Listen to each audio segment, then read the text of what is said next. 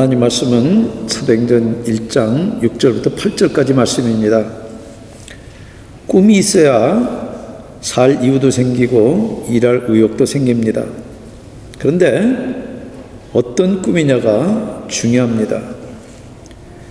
왜 그러냐면 꿈에 따라서 똑같은 일을 해도 전혀 다른 인생을 살기 때문에 그렇습니다. 예수님을 따르던 제자들도 꿈이 있었습니다. 조국 이스라엘이 로마 식민 통치에서 벗어나서 주변 나라들을 종으로 삼아서 부리면서 사는 꿈이에요. 제자들은 바로 그 꿈을 이뤄줄 메시아로 예수님을 따랐습니다. 예수님이 여러 번 교정했는데 안 바뀝니다. 주님이 정권 잡으면은 한 자리 차지할 줄 알았는데 주님이 십자가에 허망하게 처형당해서 죽습니다. 그걸로 꿈이 산산조각난 제자들은 뿔뿔이 흩어져서 불 켜니까 바퀴벌레 숨듯이 다 숨어버렸습니다. 예수님의 부활은 산산조각난 제자들의 꿈도 부활시킵니다. 여러분들, 부활한 주님이 왜 40일 동안 계속해서 성경을 가지고 제자들에게 하나님 나라를 가르쳤을 것 같으세요? 다 이미 알면 가르칠 필요가 없습니다. 왜냐하면 예수님의 꿈과 제자들의 꿈이 달랐기 때문이에요. 달라도 너무 달랐기 때문이에요. 그래서 당신의 꿈을 심어주기 위해서 하나님 나라를 가르쳤고, 그리고 당신이 이제 하늘로 올라가시면은 당신을 대신해서 가르치신 것들을 기억나게 하고 새로운 힘을 부어줄 가정교사 같은 성령을 예비하십니다. 그런데 부활한 주님 만난 이 제자들이 한순간에 변합니까? 똑같잖아요. 성령 받는다고 한순간에 변합니까? 여러분들, 인격이신 성령님은 성도들 속에 들어와서 살면서 인격적으로 성도들이 생각하고 느끼고 결단하도록 돕는 분이에요. 무슨 기운이거나 아니면 갑자기 사람을 귀신 씌우듯이 이렇게 바꾸는 분이 아니에요. 여러분, 어떤 꿈이 있으세요? 사도행전 1장 6절부터 8절 한 목소리로 같이 봉독하겠습니다. 저희가 모였을 때 예수께 묻자 가로되 주께서 이스라엘 나라를 회복하심이 이때니까 하니 가라사대 때와 기한은 아버지께서 자기의 권한에 두셨으니 너희의 알 바 아니요 오직 성령이 너희에게 임하시면 너희가 권능을 받고 예루살렘과 온 유다와 사마리아와 땅끝까지 이르러 내 증인이 되리라 하시니라. 기도하시겠습니다. 성령 하나님, 이 시간 인간들의 경험과 인간들의 꾸며진 이야기 저희들이 듣기 원치 않습니다. 주님, 투박해도 주님의 음성 친히 듣기를 원합니다. 성령 하나님, 이 시간 우리들 가운데 죽은 영혼들을 살리시고 잠든 사람들을 깨우시고 주님의 손에 들려진 진흙처럼 토기장의 손에 들려서 다듬어지는 저희들 되도록 주님 친히 역사해 주시옵소서. 예수님의 이름으로 기도합니다. 아멘.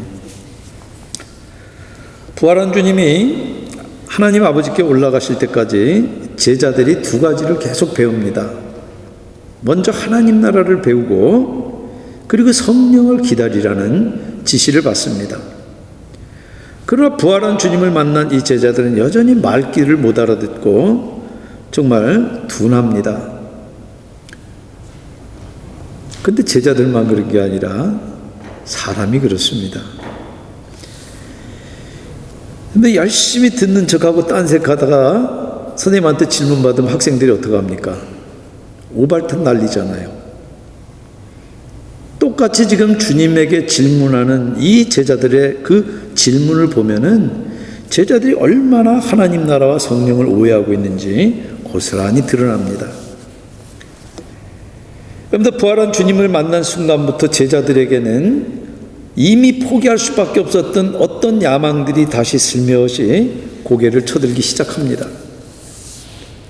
어느덧 부활한 주님이 하나님 아버지께 올라갈 날이 다가오니까 제자들은 그 숨기고 있던 야망을 감추지 않습니다. 주님과 함께한 자리에서 노골적으로 주님에게 물어요. 주께서 이스라엘 나라를 회복하심이 이때니까. 주님이 승천하시는 감람산에서 지금 묻는데, 이 성전이 있는 예루살렘과 기드론 시내 골짜기가 있고 거기 넘어가면 그 맞은편에 예루살렘보다 약간 높은 곳에 있는 마운트 오브 올리브입니다. 거기에 그 올리브 나무를 기르는 그 동산인데, 그 질문의 요지가 뭡니까? 주님 이제 승천해서 높은 보좌에 오르시면은 지금 이 이스라엘을 압제하는 이 로마 제국 무너뜨리고 다윗의 때와 같이 주변 나라를 종으로 삼고 호령할 나라가 되는 때가 바로 지금입니까? 주님이 승천하는 지금이 바로 그때입니까? 성경의 수많은 예언들이 누누이 예언했던 그때입니까? 아마 들뜬 채 그렇게 질문했을 겁니다. 이스라엘 역사를 보면은 다윗의 통일왕국이 그 손자인 르호보암 때 남북으로 분열됩니다. 그래서 떨어져 나간 북이스라엘은 주전 721년에 아수르에, 여러분들 세계사에는 아시리아라고 배우는 그 나라에게 망합니다. 그리고 다윗 혈통을 잇던 남유다도 주전 586년에 바빌론에게, 지금의 이라크입니다, 멸망당합니다. 유대인들은 조상 야곱이 여호와 하나님께 받았던 그 이름 이스라엘을 가지고 자기네들의 이름을 삼았습니다. 바로 그 이스라엘을 멸망시킨 바벨론을 페르시아 제국이, 메데 페르시아 제국이 멸망시킵니다. 그리고 그 페르시아 제국은 지중해 해상권을, 패권을 그리스에게 이 마라톤 전투에서 뺏깁니다. 그래서 곁다리로 이 이스라엘도 그리스가 차지합니다. 이스라엘은 하소모니안 왕가 때 유다스 마카비우스 반란으로 79년 동안 짧게 독립하지만 다시 로마 식민지가 되는데 바로 그때 주님이 승천하십니다. 그런데 이스라엘 역사를 공부하면 공부할수록 어쩌면 한국 역사하고 그렇게 비슷한지 모릅니다. 지금은 이스라엘보다 한국이 훨씬 더 열악해요. 이스라엘은 주변에 중동 국가들밖에 없지만 한국은 지금 한국을 둘러싸고 미국, 중국, 일본, 러시아 세계의 가장 강력한 열강들이 다 둘러싸고 우리의 주권을 위협하고 있습니다. 어디도 우리 편이 없어요. 여러분들 의식 있는 유대인이라 그러면 누구나 자주 독립을 갈망할 만해요. 그래서 심정적으로는 이 제자들의 질문에 100% 이해가 됩니다. 그러나 이 제자들의 질문은 주어, 동사, 삼형식 문장인데 목적어까지 다 틀렸어요. 주께서 이스라엘 나라를 회복하심이 이때니까 주께서 주어가 틀렸어요. 제자들이 묻고 있는 이 일은 주께서 하실 일이 아니에요. 성부 하나님이 하실 일이기 때문에 주어가 틀렸어요. 동사도 시제가 틀렸어요. 이때 현재가 아니라 미래에 일어날 일이기 때문에 동사도 틀렸어요. 도적이 아무도 모르게 몰래 오지 내가 언제 간다고 얘기하고 옵니까? 그런 것처럼 느닷없이 미래 어느 때에 오고, 그 권한은 예수님 소관이 아니라 하나님 아버지 소관이라고 마가복음 13장 32절에 그 때와 시는 나도 모른다. 목적어도 틀렸어요. 이스라엘 나라가 아니에요. 고작 중동의 조그마한 나라 그 이스라엘 회복이 아니라 첫사람 이래로 모든 인류를 어우르는 온 우주적인 하나님 나라의 회복이 예수님의 그 비전이에요. 예수님의 그 꿈이에요. 이렇게 지금 주어와 동사, 목적어까지 몽땅 다 틀린 이 엉뚱한 질문에 주님은 동문서답과 같은 대답을 하세요. 7절에 때와 기한은 아버지께서 자기의 권한에 두셨으니 너희의 알 바 아니요. 제자들이 잔뜩 기대에 부풀어서 묻는데 지금이 그때입니까? 그러는데 그거 내 소관도 아니고 더군다나 너희들 상관할 일도 아니다. None of your business. 대신 오직 성령이 너에게 임하시면 너희가 권능을 받고 땅 끝까지 이르러 내 증인이 되리라. 유명한 8절 말씀, 사도행전 전체를 요약한 말씀을 하세요. 여러분들 유대인 제자들은 지금 자기 민족 이스라엘 회복에 관심을 두지만 주님의 관심은 하나님 나라의 회복에 있어요. 때와 기간도 하나님 아버지의 소관인데 그 지금 때와 기한을 제자들이 주님께 여쭌 겁니다. 여러분들 제자들뿐만 아니라 수많은 종말론자들이 때와 기한을 알려다가 망한 것을 2000년 교회사에서 수도 없이 볼 수 있습니다. 사실은 예수님 오기 전부터 그런 사람들이 있었어요. 그리고 예수님 오고 나가지고 최근까지 레디 캠핑이라고 한 사람이 콜롬비아도 지나가면서 종말이 온다고 그랬어요. 여러분들 CNN 톡쇼에 종말론 피해자들이 인터뷰한 게 얼마 전에 나왔었습니다. 곧 종말이라고 애들 학교도 관두고 멀쩡하게 다니던 직장도 관두고 가정도 포기한 채 기다렸는데 아무 일 없으니까 결국 사회 낙오자가 돼서 자기들이 따르던 교주를 비난하는 인터뷰 내용이에요. 여러분들 질문이 잘못되면은 답은 잘못된 거 받을 수밖에 없어요. 언제냐고 물을 게 아니라 어떻게라고 물어야지 되는 거예요. 여러분들 주님 언제 오시는 거 알아서 뭐 하려고요? 그때까지 크레딧 카드 다 긁으려고요? 주님 먼저 오시니까 그때까지 여러분들 사고 싶었던 차도 사고 크레딧 되는 대로 최대한으로 집도 사고 그러시려고요? 여러분들 오시는 건 분명한 사실이기 때문에 그날을 어떻게 맞이할지 준비하는 것이 우리들의 질문이 돼야지 언제나는 none of your business. 여러분들 예수님이 전도자들을 70명 보낼 때도 돈 주머니도 두 버릇도 못 지니게 했어요. 누가복음 10장에 돈 한 푼 없는 제자들에게 예수님이 좀 상식 있는 분 같으면 이 정도 얘기는 해야 되지 않을까 싶어요. 야, 뱃삭은 염려하지 마라. 얼마 전에 내가 병 고쳐준 그 두기고가 아마 마련할 거다. 아니면은 얼마 전에 세례받은 살로메가 잠자리와 여비는 마련할 테니까 걱정하지 마라. 아마 상식적으로 그래야지 보내는 분이 보내면서 아무 대책 없이 보냅니까? 그런데 주님은 70명을 아무 대책 없이 그냥 가라. 복음을 전하게 해요. 근데 그 70명이 돌아와서 뭐라고 보고합니까? 누가복음 10장 17절에 70인이 기뻐하며 돌아와 이르되 주여 주의 이름이면 귀신들도 우리에게 항복하더이다. 여러분 지금 예루살렘과 온 유다와 사마리아 땅끝까지 이르러서 복음 전하는 증인들 얘기가 바로 사도행전의 앞으로 펼쳐질 절개된 줄거리인데 이번에도 역시 아무 대책이 없어요. 오직 성령이 너에게 임하시면 그게 대책이기 때문에 그래요. 근데 오직이라는 말은 유일한 방법이라는 뜻이에요. 다른 무슨 대안이 있지 않다는 얘기예요. 헬라어로 이 단어는 다른이라는 뜻도 있습니다. 뭐가 다릅니까? 제자들 생각과 주님의 생각이 달라요. 사람들과 세상 생각, 세상 방법과 주님의 생각, 주님의 방법이 달라요. 그런데 사람들은 세상 권력이나 돈이 있거나 적어도 인맥이라도 있어야지 일하지만 주님은 성령으로 일해요. 그게 달라요. 여러분들 물론 성령을 의지한다고 제가 만난 여러분들이 그런 분들을 많이 봤어요.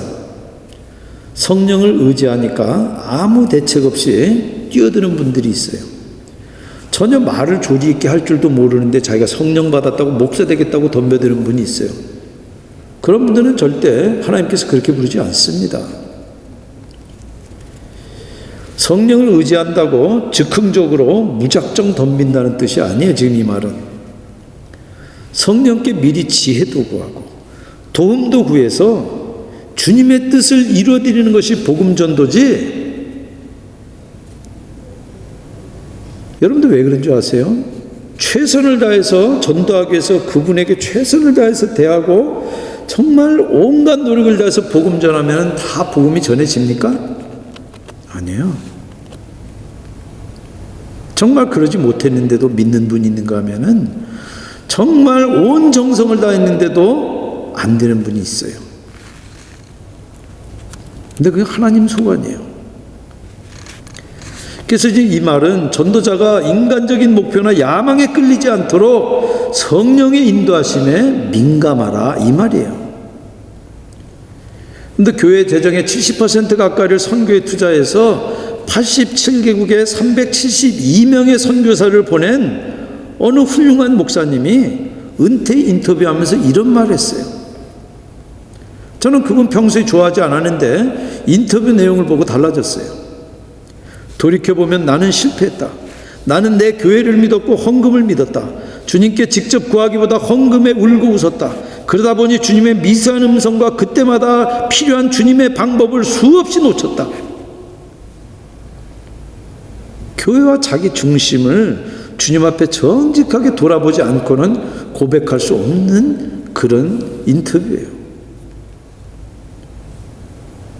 여러분, 사람 별 수 없습니다. 인간적인 수단 방법이 있고 더군다나 그 수단 방법이 잘 통하는데도 동시에 주님을 의지한다는 것은 낙타가 바늘길 통과하는 것보다 훨씬 어려워요. 여러분들, 선교도 사역도 대책은 오직 성령입니다. 사실 예수님이 하늘에서 파송된 선교사입니다. 그래서 공생애 시작하면서 세례받을 때 성령이 하늘에서 비둘기같이 임했어요. 세례받고 광야에 40일 굶주리면서 시험 받으실 때도 성령에 이끌려서 시험 받으셨어요. 선교사 예수는 오직 성령으로 선교사에게 임했고 이 땅에서 우리를 정죄하는 대신 구원하는 능력도 성령께 공급받았어요. 예수님도 하나님이시잖아요. 그러면 내가 원하는 일 하겠다 그렇게 얼마든지 하실 수 있는데 예수님은 단 한 번도 당신의 뜻을 이루는 것이 아니라 당신을 보내신 아버지 하나님의 뜻을 이루어드리고 그 능력을 바로 성령을 통해서 공급받은 겁니다. 예수님은 사람이 다른 사람을 정죄하는 일 같이 에너지를 낭비하는 일이 없다는 것을 너무나 잘 아셨어요. 그래서 단 한순간도 정죄하는데 낭비하지 않고 구원하는 일에 집중하셨어요. 그래서 재창조와 회복에 온 노력을 기울이셨는데 그 일을 성령의 능력을 의지해서 하신 거예요. 정죄는 주님의 일이 아니에요. 그러나 다시 오실 주님은 만왕의 왕, 하나님 나라 왕으로 오세요. 여러분들, 왕편이 아니면 적일 수밖에 없습니다. 그리고 주님의 재창조와 회복을 거부하는 적은 그 왕을 맞을 수 없어요. 여러분들, 여기 예루살렘과 온 유다와 사마리아 땅끝까지 이르러 내 증인이 되리라, 이 8절 원문에 중요한 단어가 그 맨 앞에 나옵니다. 한국어 문법에는 없는 테라고 하는 불변사입니다. 예루살렘과 온 유다와 사마리아 땅끝까지 바로 그 앞에 나와서 따라오는 내용 전체를 묶는 불변사예요. 테는 연관이나 첨가를 뜻하는 기본 불변사인데 한국말로는 역시 무엇까지도 둘 다 이런 뜻이 있습니다. 여러분들, 바로 오늘 이 사도행전 1장 8절 본문을 가지고 주변부터 복음 전하고 그 다음에 다른 나라 가서 선교도 해야지 그렇게 주장할 때 오늘 이 본문을 쓰는 분들이 있습니다. 얼핏 논리적인 것 같아요. 왜냐하면 지금 예수님이 승천하는 곳이 감난산이니까 감난산에서 가장 가까운 예루살렘부터 그 다음에 더 먼 유다, 그 다음에 사마리아 땅끝, 그 논리인데 이 태는 문법적으로 순서의 의미가 전혀 없습니다. 예루살렘 다 되면 그 다음에 유대, 그 다음에 그 순서가 아니라는 얘기예요. 또한 성도들이 많지 않고 재정이 부족할 때는 기다렸다가 몇 명 이상 되고 재정 자립되면은 그때 한다는 말도 성립이 되질 않아요. 될 때까지 기다렸다가 수준되면 하라는 그 말이 아니에요. 파워포인트 한번 보여주시기 바랍니다. 그런데 개척교회 우리만 또 못한 조선교회들이 평양신학교 이제 졸업생 10명도 안 되는 사람 가운데서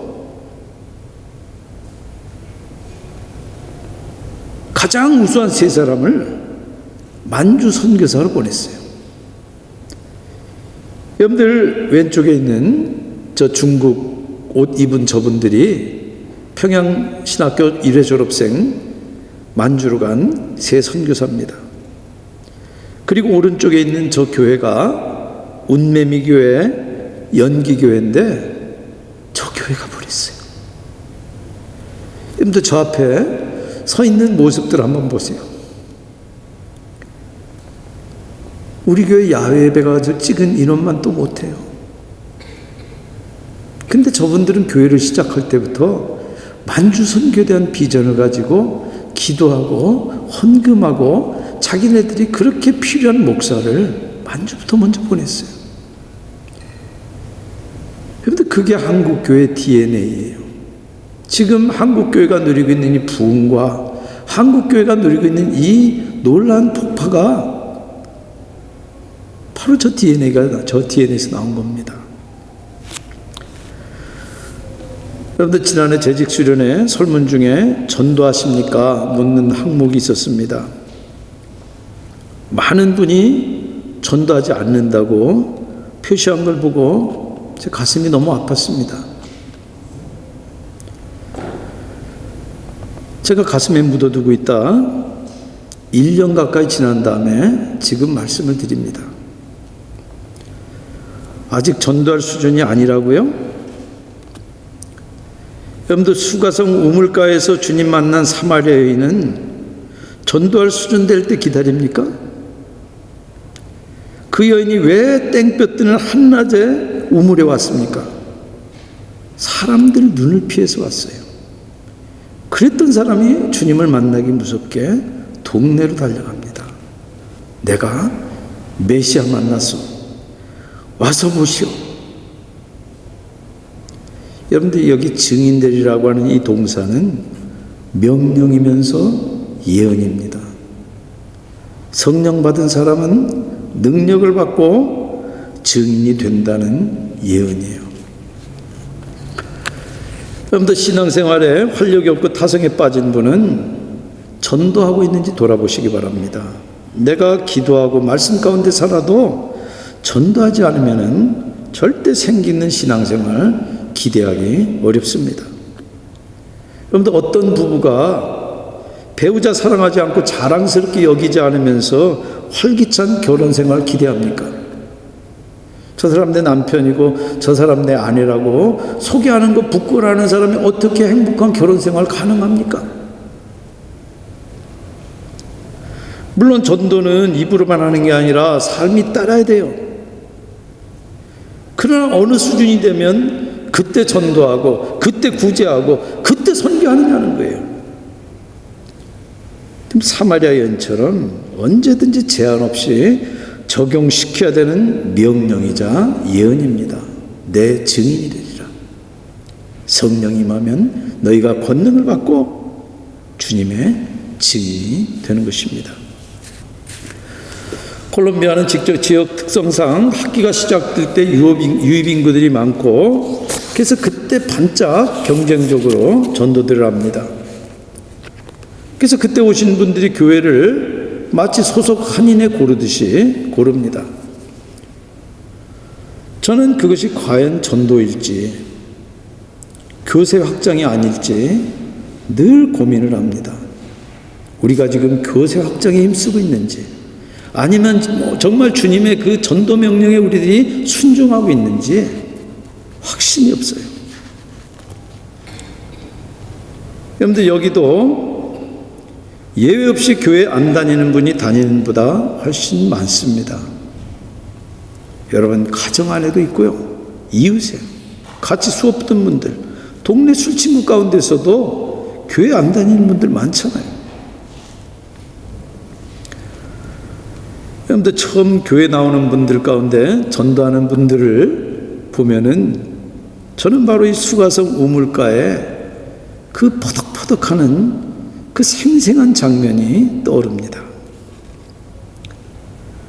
여러분들, 주님의 증인이 아니라면은 성령을 못 받았거나 분명히 믿는데도 그렇다면은 타성에 젖어서 꿈을 이룬 겁니다. 하나님 나라 꿈이 아니라 제자들처럼 자기 왕국 이스라엘 세우는 세속적인 꿈에 마음을 뺏겼기 때문이에요. 여러분들, 여기 테라고 하는 강력 불변사가 지금 보여주는 것처럼 선교 명령은 취소될 수 없고 그것이 어디든 언제든 문제되지 않습니다. 언제 어디든 한 영혼은 천하보다 귀해요. 왜냐하면 바로 그 한 영혼을 위해서 온 우주 만물을 지으신 하나님이 죽으셨어요. 그래서 여러분 계신 곳이 바로 여러분의 선교지입니다. 여러분, 뭘 위해서 사십니까? 뭘 위해서 남은 인생 살기 원하십니까? 그냥 살아있으니까 산다고요? 여러분들, 복음 전하는 증인으로 사십시다. 이스라엘 나라가 아니라 하나님 나라를 세우며, 여러분들 복음 전하면서 정말 세상이 줄 수 없는 안식과 평안의 그 복음 듣고 환하게 밝아지는 모습 본 적 있으세요? 여러분들, 천하를 구하는 일에 쓰임받은 일 있으세요? 여러분들, 돈 많이 벌고 높은 자리에 앉는 꿈 여러분들 있으실 거예요. 저는 그 꿈이 이루어지기를 원합니다. 그러나 왜 그 꿈을 꾸십니까? 반대로 가난하고 낮은 자리에 내려가는 꿈이 있으십니까? 저는 그랬다고 무조건 박수 보내지 않습니다. 왜 그 꿈을 꾸십니까? 여러분들, 부하든 가난하든 올라가든 내려가든 한 영혼을 천하보다 더 귀히 여기는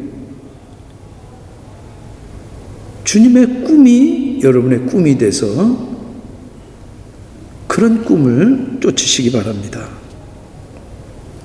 그래서 하나님 나라의 꿈을 꾸고 그 꿈을 펼쳐드리는, 우리가 교세 확장해서 적어도 내가 다니는 교회니까 그래서 전도하는 것이 아니라, 설령 우리 교회에 오지 않는다 할지라도 그분에게 예수 그리스도의 복음을 전하고, 그리고 그분이 더 편한 곳으로 가도록 보내주는 그런 개교의 꿈이 아니라 하나님 나라 꿈을 꾸는, 그리고 주님의 증인이 되는 저 여러분들 다 되시기를 주님의 이름으로 축원드립니다. 같이 기도하시겠습니다. 참 좋으신 하나님, 주님께서 우리를